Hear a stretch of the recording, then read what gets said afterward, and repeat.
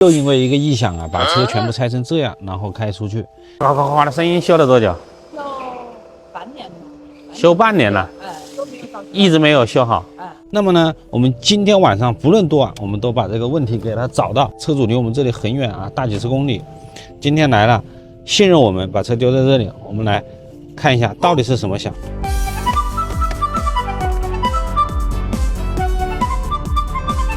好，走。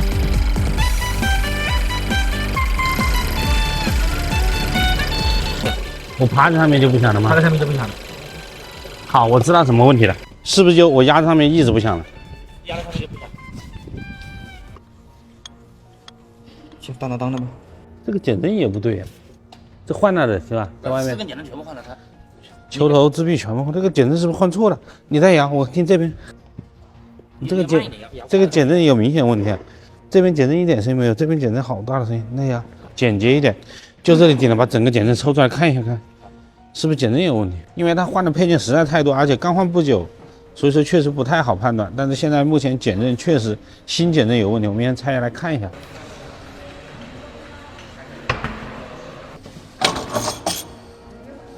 这换的都是副厂件，然后配件问题。然后这个上支臂也是坏的，我估计你也换过的，没一个好东西，这都是人为故障，副厂配件害死人呐！找来找去呢，因为它全部都换过，所以没怀疑过这些。但是呢，就是这么一个东西，还有标签呢，就这个东西是水货的，就是这个东西造成的响声。客户的单子也在啊，当时都换过的，那减震顶胶全部都换过的啊。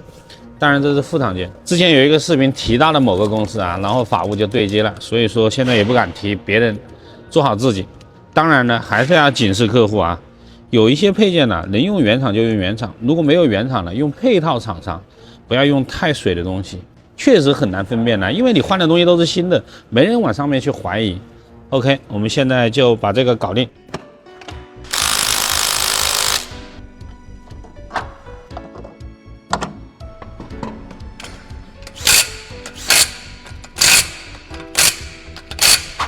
现在我们一起来试一下，还是这条路，基本上就没有声音了。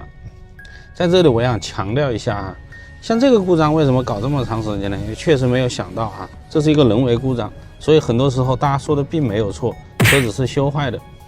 特别是遇到这种水货的这个配件啊，和不太专业的技师，客户呢多花了很多钱。为什么？因为他在他们当地啊，把所有的减震、支臂全部换完了啊，可能大大小小的花了1万多，然后各种保养也都做了，但是依然没有解决这种问题。我想对大家说了一下哈，像我们修理厂有一点敢说，我们有这样的勇气，就是你来检测任何问题、维修，我报价，换了配件，如果说没有解决你的问题，我们是不收费的哈，这是我们强大的底气，并不会把车主当成一个小白鼠啊，换这个换那个，收了一堆的钱，最后问题没有解决，所以导致这个车主冤枉花了很多钱。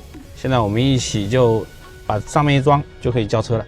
这是人为的故障，这不是说原自带的故障，这是用了水货件加一个安装的问题导致了这个东西。他说奔驰的通病是别人家安坏的，我修奔驰是20多年，我都不知道有这么一个通病的，他比我还厉害。我们一起试一下，感受一下，走，3个人一起试。要慢走啊，要不再打电话。你要试一下有没有问题，随时反馈给我，好吧？好，慢走。试车途中看越野车爬坡，给大家也看看，有谁知道这是什么车？